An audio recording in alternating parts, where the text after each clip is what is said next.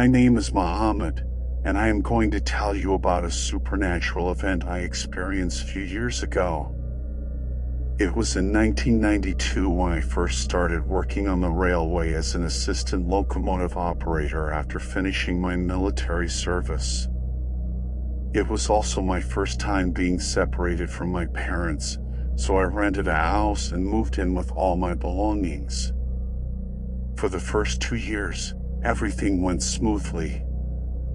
One snowy winter day, as I was sitting at the station, we received an alarm message over the radio that a cargo train had broken down and was stuck on the rail.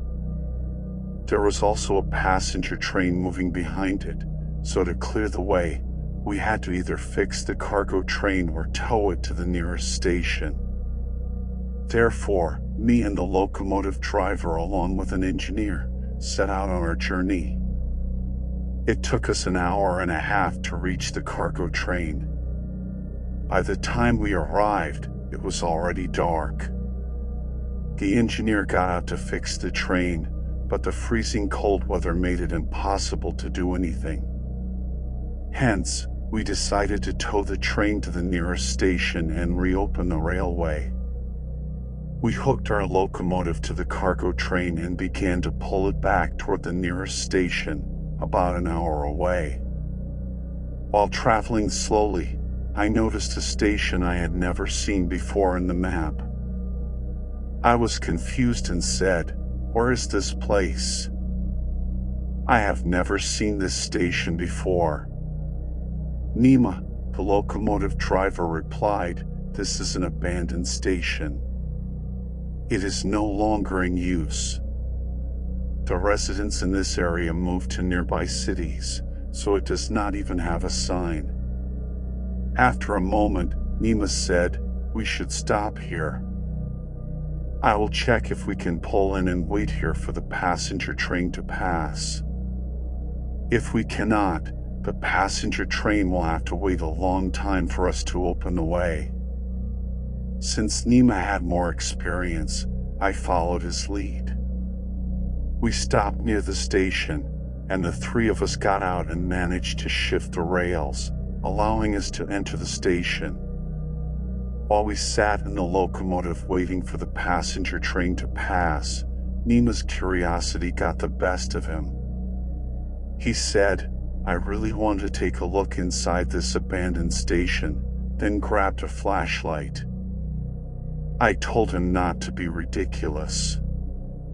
"Are you crazy? It is freezing cold and snowing out there."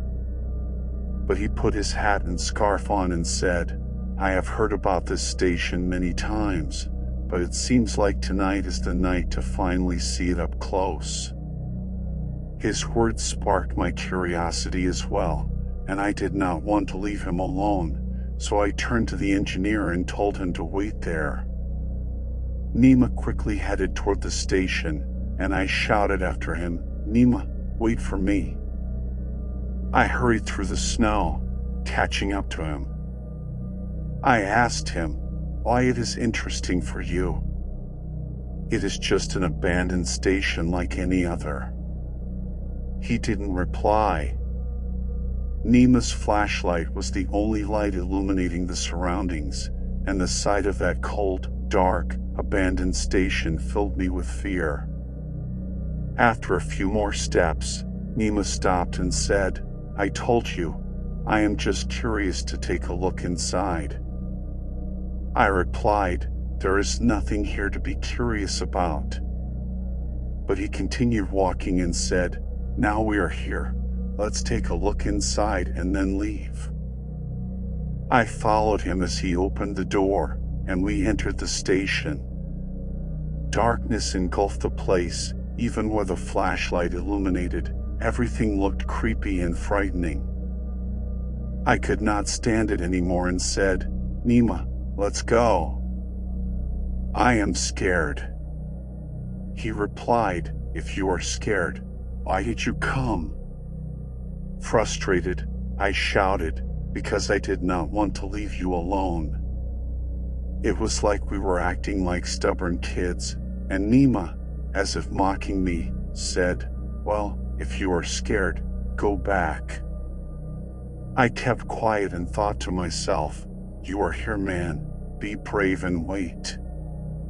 The sound of our footsteps echoed in the large hall, and as I looked at the walls, I saw strange drawings, seemingly made with charcoal, that made no sense to me. Suddenly, we heard a breathing sound from the darkness, but it was not like human. Nima turned around, shining the flashlight on my face, and I had to squint from the bright light. He stepped closer and asked, "Did you make that sound?" Before I could answer, we heard the sound again, this time closer. Fear gripped us both, and we ran toward the exit. As we ran, I heard a high-pitched scream, and at that moment, something pulled my feet and I fell to the ground. Nemo was ahead of me, and just as he reached the door, he ran out without looking back. The door slammed shut behind him. I quickly got up and tried to open the door, but the handle felt locked. I was practically hanging off the handle, terrified out of my mind. I screamed Nima's name and pounded on the door, but there was no sign of him. Suddenly, I heard that same breathing sound again, this time right behind me. I could not bring myself to turn around. After a while, I turned slowly and looked back. My heart pounding so hard. It felt like it would leap out of my chest. I had no light with me, but even in the darkness, I could hear the sound getting closer. Out of sheer terror, I started reciting prayers, my teeth chattering from fear and cold.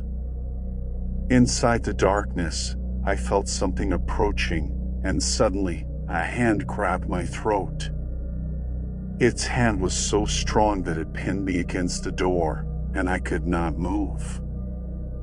I pounded the door with my fists, struggling to breathe. As I gasped for air, I heard the sound of a train whistle in the distance. I could not see the creature's face, and no matter how hard I tried, I could not loosen its grip. Suddenly, my head spun, and I fell to the ground. The last thing I felt was a rotting smell filling my nose. When I regained consciousness, I could still smell that horrible stench. I opened my eyes and found myself lying on the cold tiles of the station floor. In the darkness, I could see two hairy legs that resembled those of a horse. Above me, I could hear voices, like two people arguing, but I could not make out what they were saying. Their voices echoed in the empty station like a radio transmission. Then, suddenly, the voices stopped, and silence fell over the place. A light shone through the windows of the station, and moments later, the door opened. I heard Nima and the engineer rushing in, quickly reaching my side. Nima shook my shoulder. "Muhammad, what happened?" "Get up. We need to leave." I could hear them, but my body felt frozen, unable to move. Together, they lifted me by my arms and dragged me out of the station. As we walked back to the locomotive, my legs dragged in the snow. They struggled to lift me onto the locomotive, seating me inside. Once the warmth started to return to my body, I could feel the pain coursing through me. Nima stood in front of me, lightly slapping my face. "What happened, Muhammad? What did you see in that cursed station?" My mouth was too dry to say anything, and I weakly gestured for him to leave me alone. Nima swore he had signaled the engineer the moment he left the station and that they had entered together. But to me, it felt like I had been trapped there for hours. I coughed, feeling the pain in my lungs. After we got back, I said nothing. When we arrived at the station, they immediately took me to the hospital.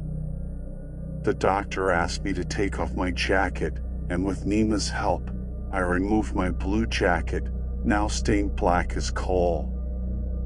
Before examining me, the doctor asked, "What are these marks on his neck?" He ordered the nurse to disinfect and bandage my wounds.